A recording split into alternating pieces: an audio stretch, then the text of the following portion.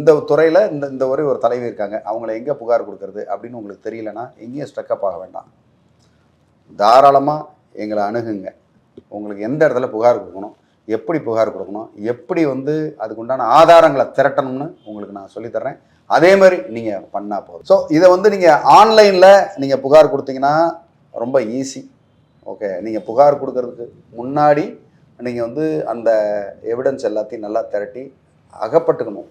அவங்க வெளியே போக முடியாது. இப்போ நம்ம பார்க்குறோம், ஒரு அமைச்சருக்கே இந்த மாதிரி ஒரு பிரச்சனை வருது அப்படின்னா, இவங்கெல்லாம் ஊராட்சி மன்ற தலைவர் தலைவி பேரை சொல்லிட்டு அட்டகாசம் பண்ணுற கணவன்மார்கள்லாம் அதெல்லாம் விதிவிலக்கே கிடையாது. அந்த இடத்துல என்ன தெரிஞ்சவங்களாக இருக்கனால ஆய்வுன்னு சவடாலாக அவங்க பேசிக்கிட்டு இருப்பாங்களே தவிர, அவங்களுக்கு தெரியும், அவங்க கழுத்துக்கு மேலே தொங்குற அது கத்தின்றது தெரியும். தெரிஞ்சிருந்து அப்படியே அந்த ஆபத்தோடு அவங்க விளையாண்டுக்கிட்டு இருக்காங்க. அவ்வளோதான். ஜெயிலுக்கு போக தயாராக இருக்காங்க. அதனால தான் அந்த தவறை செய்கிறாங்க. ஆனால் நீங்கள் ஜெயிலுக்கு அவங்கள அனுப்புறதுக்கு தயாராக இருக்கணும், தைரியமாக இருக்கணும். பொதுமக்களாகிய நீங்கள் தைரியமாக இருந்தால் தான் அதெல்லாம் செய்ய முடியும். ஐயோ எனக்கு ஏன் என்னை போய் மாட்டி விட்றீங்க, நான் எப்படி புகார் கொடுப்பேன் அப்படின்னு நினைக்காதீங்க. ஓகே, எல்லாருமே ஒரு ஒற்றுமையாகவும் தைரியமாகவும் நல்ல அவேர்னஸோடு இருந்தீங்கன்னா தாராளமாக இது போன்ற பிள்ளைகள் மேல் நீங்கள் புகார் கொடுக்கலாம்.